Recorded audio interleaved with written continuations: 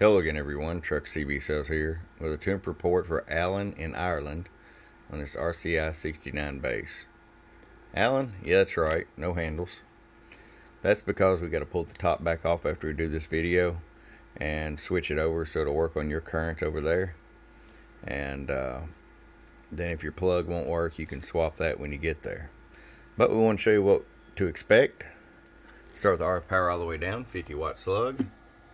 We set it at 1 watt for you, Alan, in case you decide to run an amplifier, you get full adjustability. And right about 15 all the way down, all the way up. Let me show you average power swing.